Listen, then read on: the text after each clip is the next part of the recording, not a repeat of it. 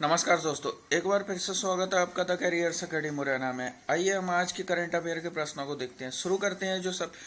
जो कल के जो मोस्ट प्रश्न थे उन्हें देखते हैं। तो क्विक रिवीजन का पहला प्रश्न है, हाल ही में किस देश ने भारतीय छात्रों को सबसे अधिक मात्रा में वीजा जारी किए हैं? तो ये अमेरिका के द्वारा किए गए हैं। दूसरा प्रश्न है, अपने प्रवासी लोगों के लिए शिकायत निवारण पोर्टल लॉन्च करने वाला भारत का पहला केंद्र शासित प्रदेश कौन सा बन गया है? तो ये जम्मू कश्मीर बन गया है। तीसरा प्रश्न है, academic ranking of world university की रिपोर्ट के अनुसार विश्व की सर्वश्रेष्ठ यूनिवर्सिटी कौन सी है? तो ये हार्वर्ड यूनिवर्सिटी है। अगला और चौथा प्रश्न है, हाल ही में वेदांता के द्वारा किस राज्य में प्राकृतिक गैस की खोज की गई है? तो ये गुजरात में की गई है।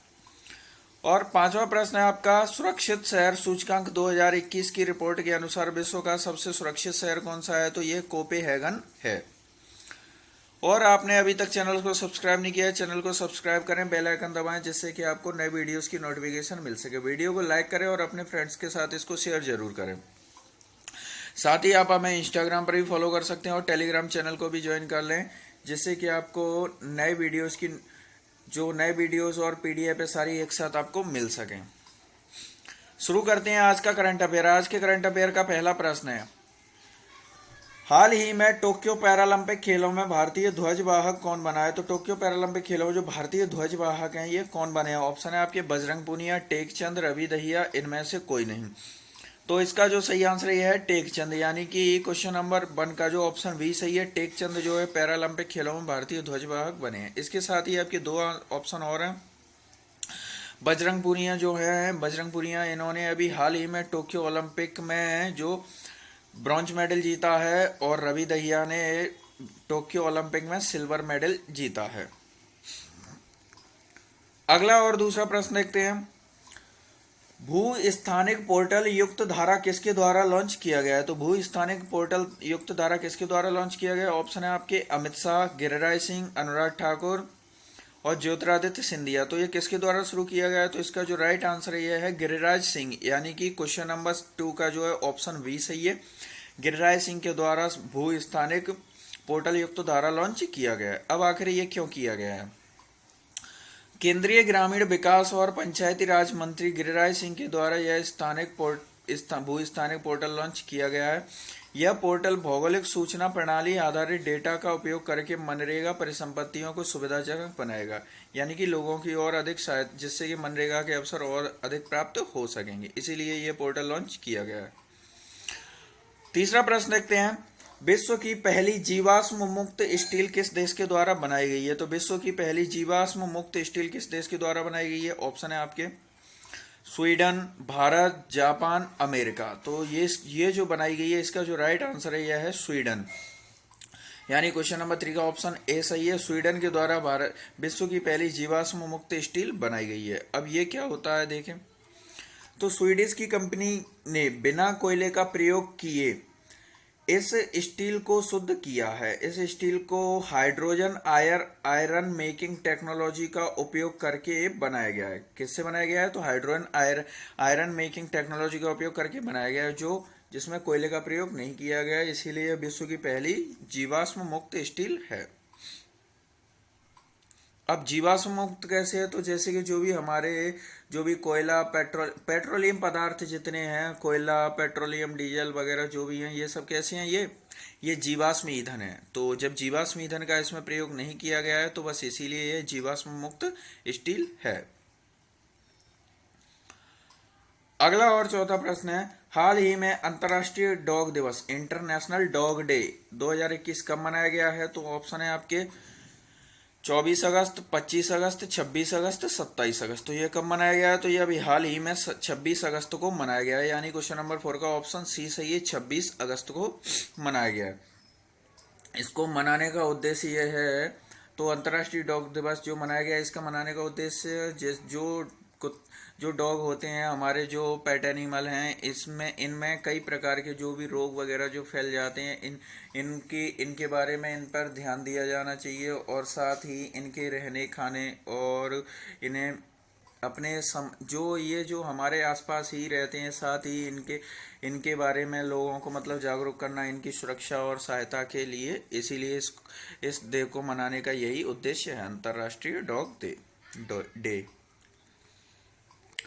पांचवा प्रश्न देखते हैं, ग्लोबल मैन्युफैक्चरिंग रिस्क इंडेक्स 2021 में भारत किस स्थान पर रहा है? तो इस मैन्युफैक्चरिंग रिस्क इंडेक्स में भारत किस स्थान पर रहा है? ऑप्शन है आपके प्रथम स्थान, दूसरा स्थान, तीसरा स्थान, चौथा स्थान। तो ये किस स्थान पर रहा है? तो इसका जो सही आंसर है, यह है दूसरा स्थान पर रहा है ये, यानी क्वेश्चन नंबर 5 का जो है ऑप्शन बी सही है, दूसरे स्थान पर इसमें भारत रहा है।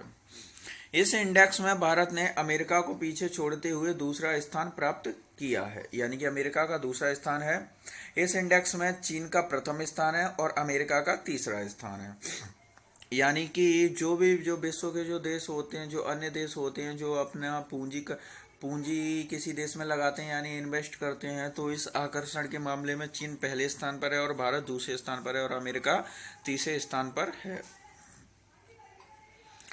आपका अगला और छठवां प्रश्न है, आप भारत और किस देश के बीच काजिंद संयुक्त सैन्य अभ्यास 2021 का आयोजन होगा? तो काजिंद जो संयुक्त सैन्य अभ्यास है, भारत और किस देश के बीच हो रहा है होगा? तो ऑप्शन है इसके रूस, ओमान, ईरान, इजराइल। तो ये किसके द्वारा होगा? तो ये जो होगा ओमान के द्वारा, यानी कि क्वेश्चन नंबर 6 का जो है ऑप्शन बी सही है, ओमान के द्वारा काजिंद संयुक्त सैन्य अभ्यास 2021 का आयोजन होगा। ओमान की बात की जा रही है तो ओमान एक खाड़ी देश है ये, इसके साथ ही ओमान के सहयोग से जो मध्य प्रदेश के सागर जिले में बीना ऑयल रिफाइनरी है, तो बीना ऑयल रिफाइनरी ये मध्य प्रदेश, ये भारत सरकार और ओमान सरकार के संयुक्त सहयोग से ये लगाया गया है। तो यानी कि बीना ऑयल रिफाइनरी ओमान के सहयोग से मध्य प्रदेश के सागर जिले में लगाई गई है। अगला सातवां प्रश्न देखते हैं, हाल ही में पारवर्थ नैनी को किस देश में भारतीय राजदूत नियुक्त किया गया है? ऑप्शन है इसके जर्मनी, इटली, फ्रांस, इथोपिया। तो इनको कहाँ नियुक्त किया गया है? तो इसे नियुक्त किया गया है जर्मनी में, यानी कि क्वेश्चन नंबर 7 का जो है ऑप्शन ए सही है, जर्मनी में पारवर्थ नैनी को भारतीय राजदूत के रूप में नियुक्त किया गया है। जर्मनी की बात हो रही है तो जर्मनी के बारे में देखते हैं। जर्मनी की राजधानी बर्लिन है। जर्मनी के वर्तमान राष्ट्रपति फ्रैंक वाल्टर स्टीनमेयर हैं। जर्मनी के जो वर्तमान प्रधानमंत्री हैं एंजेला मर्केल, जिन्हें वहाँ की भाषा में चांसलर कहा जाता है। जिस प्रकार से हम भारत में प्रधानमंत्री का पद होता है, उसी प्रकार से जर्मनी में प्रधानमंत्री के पद को चांसलर कहा जाता है। तो वर्तमान के जो जर्मनी के जो चांसलर हैं ये एंजेला मर्केल हैं और जर्मनी की मुद्रा यूरो है। एंजेला मर्केल जो चांसलर हैं यहाँ की, ये विश्व की सबसे शक्तिशाली यानी कि प्रभावित जो प्रधानमंत्री में से एक हैं, जो हैं एंजेला मर्केल, जर्मनी की हैं। ये टॉप पर हैं विश्व में।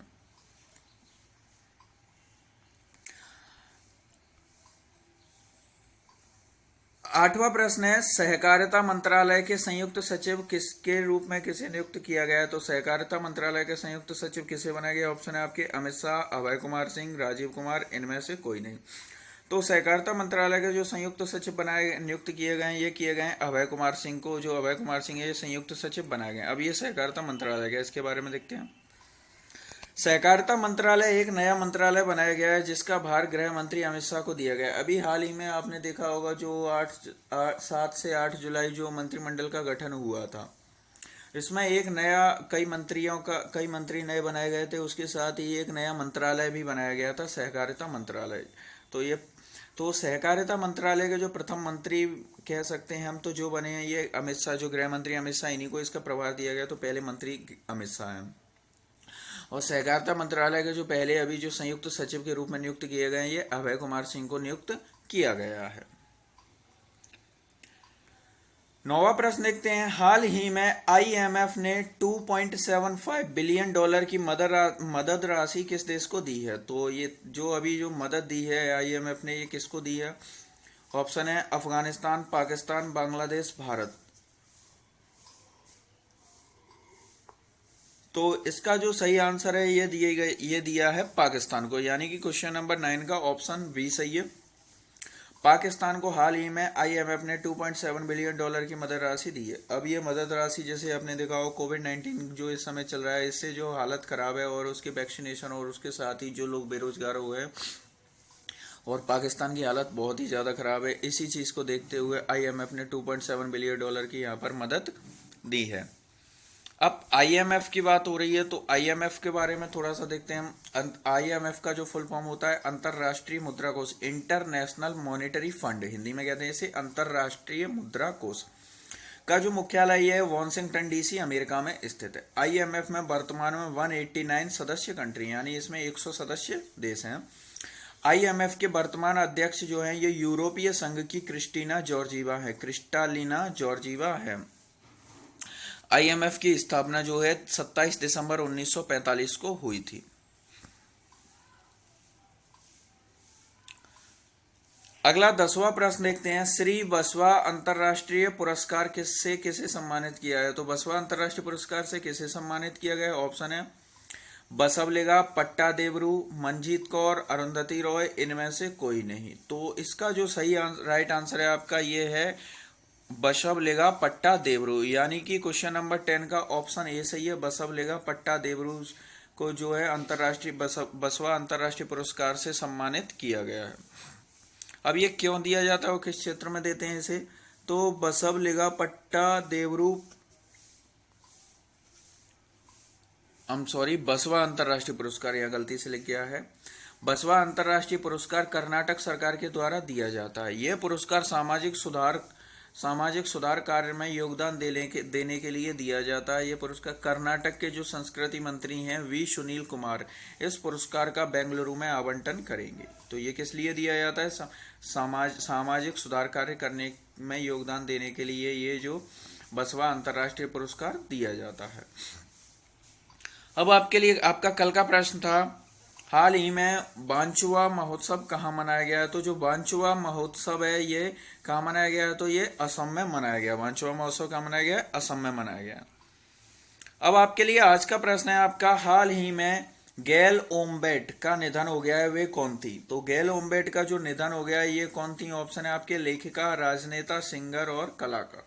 आपका जो भी सही आंसर हो उसे कमेंट बॉक्स में लिखिए। साथ ही क्वेश्चन के बारे में जितनी जानकारी हुआ करे उतना डिटेल के साथ लिखा कीजिए, क्योंकि जितनी चीजें हम लिखते हैं उनको एक लंबे समय तक हम याद रख सकते हैं। वीडियो पसंद आए वीडियो को लाइक करें और अपने फ्रेंड्स के साथ इसको शेयर जरूर करें।